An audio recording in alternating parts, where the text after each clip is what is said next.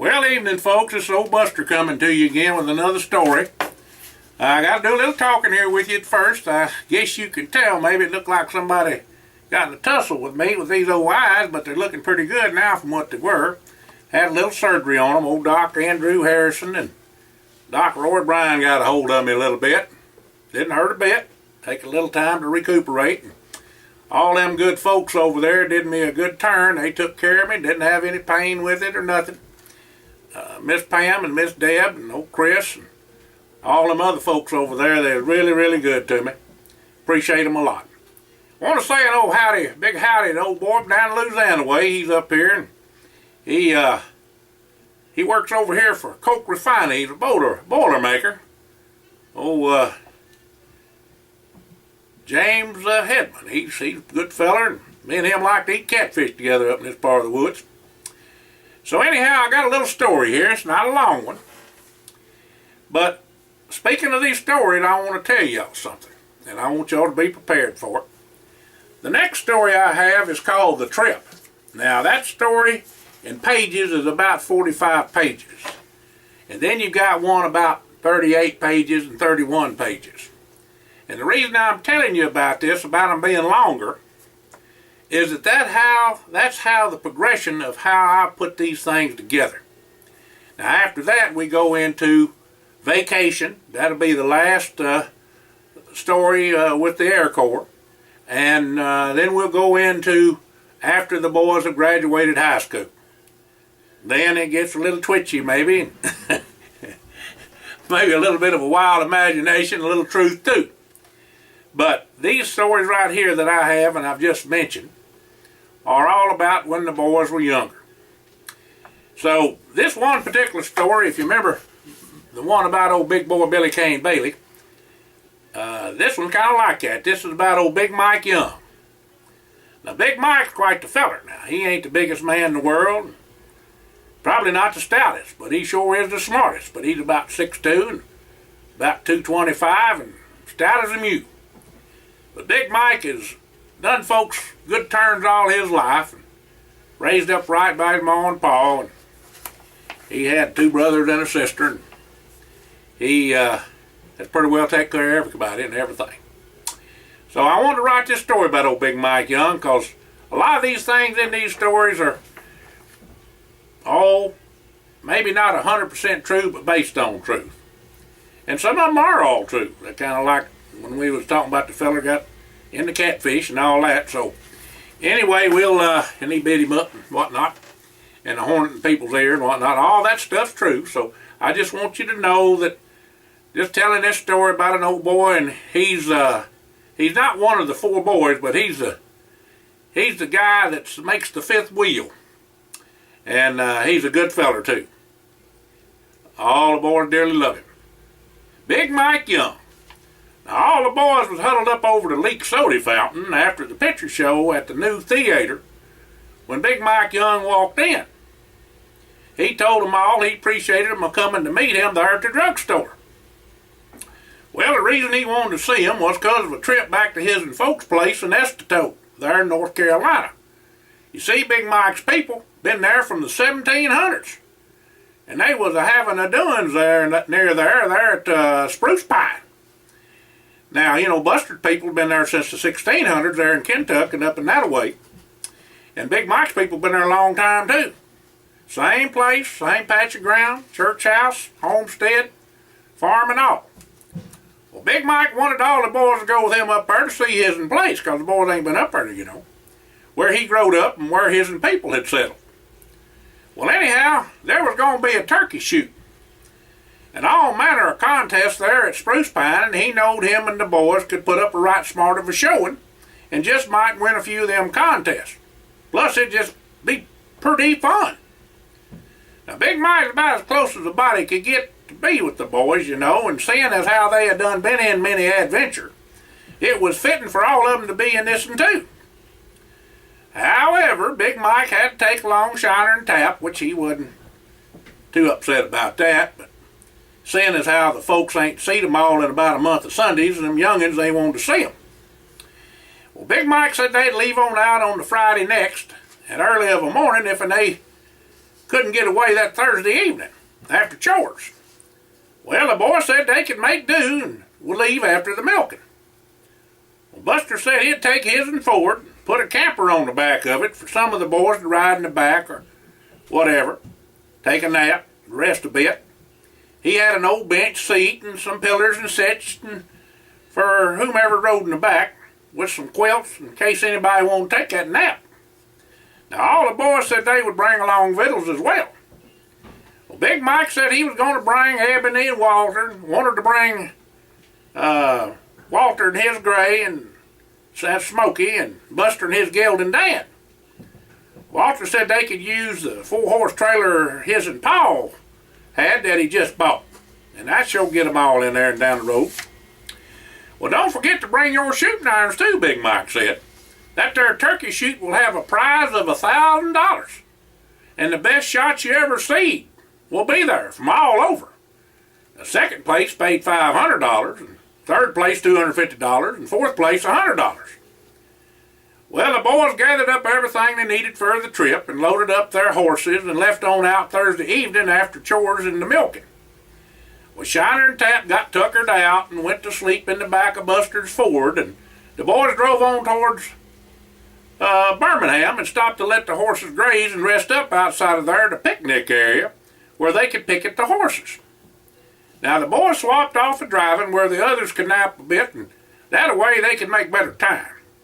Well, Hired stopped again outside Atlanta to rest the horses and water and grain them again, and for the lot of them to eat about.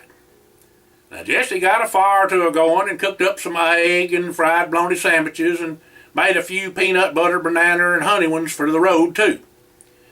Well, Buster and Jesse brung along a cooler with some RCs, sarsaparilla, moon pies, and homemade fudge. The boys got into Estito Friday afternoon at Big Mike's grandpa's place. There was a big feed that evening, a lot of hugging and a kissing from the women folk, especially for Shiner and Tap. Well, all the boys went with Big Mike and his and Grandpa George Ellis Young to Parsley store for a few groceries and whatnot. When his and Grandpa heard a feller using words not used around women folk in this here part of the country. Well, not where we come from neither. Big Mike's grandpa used a walking cane. He kind of ambled along. So he went up to the feller that was a cussing and told him not to talk such language as he was a-using. They didn't take the Lord's name in vain neither. The feller turned to the other fellers with him and just up and cussed out Grandpa George and began to laughing. About that time, Grandpa George up and whacked that feller with his and cane, cold-cocked and good, and laid him right on out. Well, then Grandpa George went on into the store with the boys. Come to find out that the feller had kin in them parts, but that didn't matter none. Whilst in the store, the high sheriff was called, and he come in and asked Grandpa George just what in tarnation happened. Well, Grandpa George told him his side, and all the boys in the storekeeper, too, told the high sheriff the same. Well, the high sheriff's gonna blame him because ain't none of them gonna lie. The high sheriff went outside and told the feller he had 24 hours to leave town, or he'd put him in jail for so many charges he'd never see the light of day. Like they say, folks don't put up with foolishness nor disrespect for folk, especially the Lord. Well, after a good night's sleep, all the boys and Big Mike's family headed on out to Spruce Pine to the festivities. First off was the turkey shoot. Rifles, then pistols. Boy, oh boy, was there some mighty good shots out there, but Big Mike done won first prize. That boy could shoot the eye out of a needle at 1,000 yards, I believe. He was so good. Y'all have already heard about his hog hunting and carrying on and all other sorts of hunting. That boy could pop 'em now. Some fella representing Winchester won second, and Buster won third place. And if y'all remember, I don't know if you do or not, but Buster, when he went to the service, he shot sniper qualified. Wasn't no good hardly at a pistol. He learned that later, but rifle and shotgun, he could hold his own pretty near everybody. And then a feller in the Army won the fourth place. Now, when it come to pistols, Hired won second place behind the world's fastest draw and shot. Now, that's something to say. That Hired was good with that pistol now. And there was a pie-eating contest, and Buster took that hands down. But the event everybody was a-waiting for was the horse race. Well, people was a-betting up a storm and eating and drinking and having a high old time, I tell you. Well, Big Mike had Ebony, and Buster had Dan, Walter had Smoky, entered along with some racehorses out of Lexington, Kentucky, and Hot Springs, Arkansas. Now, any entry could have any kind of horse or tack that they wanted to run in the race. It was just whichever horse come in first. Didn't make no never mind what kind of horse or what kind of saddle or nothing like that. The boys lined up with the rest of the entries at the starting point with the rope as a starting gate. And when the rope dropped, the race was on. Now, it was a pretty darn good track there at that fairgrounds, and it made a fast track, I'm telling you. Now, not to say them thoroughbreds wasn't fast, but they didn't hold a candle to Ebony, Dan, and Smoky. Well, Big Mike's Ebony was a walker, but could run as well as show, as was well known. Now, Buster's Dan was truly a wonder when it come to speed, but running was all he could do. But reckon that was enough. Now, Walter's gray Smoky was in for the long haul. Believe he had a little Mustang in him, but was right speedy himself. Now, out of the 10 entries, half of them just couldn't keep up. The other half was bunched up a mite and making for the finish line. Now, near about 100 yards out, both Dan and Ebony made the break with Smoky on their heels. Well, when they say a photo finish, it was truly a photo finish. Dan and Ebony was tied nose to nose and stride to stride. At the finish line was Smoky right behind them by a head. Now, I mean to tell you, a hollering and a whooping folks come out of them stands. Men was a-trying to buy Ebony and Dan and Smoky too. Well, Dan was a gelding, and Buster got an offer he couldn't refuse and sold him on the spot. Well, both Big Mike and Walter said no sale, and I don't blame them a bit. And Buster and Big Mike split the winnings of $5,000 apiece. Buster sold Dan for $25,000. You see, Dan being a gelding, he couldn't sire no foal. Now, both stallions were Ebony and Smoky, but they, like I say, wasn't going to sell them. Now, Walter got $1,500 for third place. Well, the boys had a high old time, I tell you, with the racing and eating and rides and all the sights. Well, Big Mike said he ain't never seen a horse that could stay with Ebony. But Dan is surely some kind of fast. That he is, said Buster. But he ain't the horse that Ebony is. That's why I sold it. We all know that Ebony can do almost anything, especially showing. And you've been training him from a colt and winning best of show. He's a rare horse. And I wouldn't sell him neither, said Buster.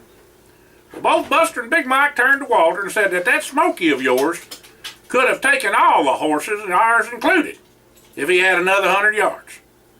He sure has staying power, said Big Mike. His heart is big as all outdoors, and you got him trained up for about anything. He could rope or, I don't know what, he could heading cows or whatever he needed to do. That was strictly a cow pony, but he could run. Like I say, I believe that's that Mustang, but he had staying power now. The three of them put their arms around each other just a grinning. It sure was good to put them three horses through their paces, I tell you, says Walter. We really needed to see what they could do put up against each other. Now we know. The boys stayed for the rest of the week and went to a scout in the land of Big Mike's folks there, where they settled. Looked over the graveyard where all his people's buried up. Well, Big Mike showed the Feldspar mine that his and Pa and Grandpa mined by hand and him a-helping when he was just attacking. If you remember, that's where that dang Goober Uber fell off that side of that mountain on that wood wheel bicycle of his. And they found him, took him in there to Dr. Harris, if y'all remember that story. Because that Goober was a mess now.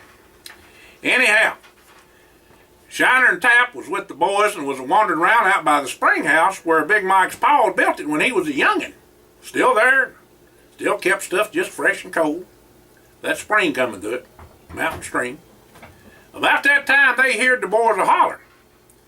Well, Big Mike had his favored left-handed rifle. He handmade that with old Fred Shaw to a 6-point fine Remington. Now Fred Shaw, he's one of the top 3 gunsmiths in the world. Back in, it'd take forever to even get him to build you one if he decided to do it. Well, he learned up Big Mike when he was a tyke. Big Mike still does all that. You got the most beautiful weapons you ever seen in your life. Pistols, rifles, whatever, shotguns. The boy can do it. Anyway, he had that with him and run over to where the boys was at. And before you could shake a stick, Big Mike up and shot a rattler that was about to bite old Tap. Of course, he's the youngest of the bunch, you know. Now, that ain't all the story. Don't you wish it was?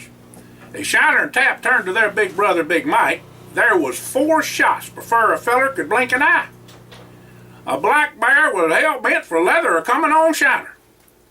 Well, Big Mike got him with 2 in his heart, 1 in his eye, and 1 in his throat. Dropped him dead under the doornail. Quite exciting, I'd say. Well, after skinning that old bear and the snake, the boys sat on down for a little snort of old McBrayer. Now, Big Mike's folks didn't imbibe none, so to speak, so the boys got off to theirselves. It was quite a week, I tell you, and they had to rehash everything. The snakeskin made a fine hat band, and the bearskin rug was put in front of the fireplace at his grandpa's. Now, Wade was Big Mike's cousin. Now, if you remember old Wade, now, he was a tussler. That boy whooped the whole football team down there. He walked in that evening and said to Big Mike, long time no see, stranger. Well, both them boys shook hands, was a grinning like a possum eating green persimmons. Well, Big Mike and all the boys all said their goodbyes, with Big Mike's grandpa and grandma hugging and kissing the youngins. The boys got to see a picture of Big Mike when he was just a little tyke with them dimples, blue eyes, and curly blonde hair. Well, Grandpa George said Big Mike was always into something, but nothing he couldn't get out of. Said he was the smartest one in the whole dang family and his favorite. Told all the boys to come back any time and shook hands with his grandson. They had a kind of an eye-to-eye meeting there, and it was a good thing. That was all before they left on out. Well, Big Mike and the boys went back by the northern route through Asheville, Nashville, and Memphis, and showed Shiner and Tap the sights. They was all goggle-eyed, I tell you. The boys all had stories to tell when they got home, and Buster put up his winnings for safekeeping. Jesse has an ID, and him and Mike come up with seeing how we all wanted our folks took care of, and the seed money was there now with our winnings. Now, this ID was some kind of chemical to spray on your windshield to get rid of ice. Never heard of anything like that, they say, except in hot water, you know. Well, Shiner and Tap had all manner of tales to tell at the schoolhouse, but their trip with the older brother of theirs and the boys would be the talk of the school from now on. They was in some high cotton for sure. Now, after the boys got on home, their folks had a picnic down on the lake, and all their folks was invited. First off, the good Lord was thanks for all their blessings, and then the eating was commenced. Well, Jesse and his fiddle playing and some other folks dropped on by, and the dance got into full swing. Everybody was having a high old time, I tell you. Well, Buster rounded up the boys and Big Mike and said how proud they was all friends and how much it meant to him that Big Mike invited them all on the trip. The other boys seconded that, that's for sure. But there was one thing Buster wanted to know. Just how did he know that bear was coming? Well, Big Mike said he could smell the bait pile, and he seed the bear's eyes when he started his run. Walter up and said that shot had to be 500 yards if it was an inch, and he kept coming. Dangest thing I ever saw. 4 shots, and then he dropped at nearly your feet. Big Mike just grinned. Well, later on that evening, all the boys and Big Mike met up at Buster's house for some palavering on business. We are blessed for sure. Just can't wait for the next adventure, said Big Mike. Y'all get me into something all the time. For long, folks get to thinking I'm running with y'all 4 boys. Well, ain't you, said Buster. And they all went to laughing, you know. Well, see you at the dance Saturday night, Big Mike. I know one of them Carter gals has her eye on you, and I'm a-telling her you is waiting for her. Well, you know Big Mike, he don't say much. He's kind of shy. And then Buster took to running because he knew he was going to get after him. Well, Buster took to yelling for the boys that Grandma was calling for supper. Last in there was shucking corn. Jesse was the first one to the table. Y'all have a good evening, and a blessed one at that. Thank you for dropping in and listening to old Buster tell another story. Goodbye.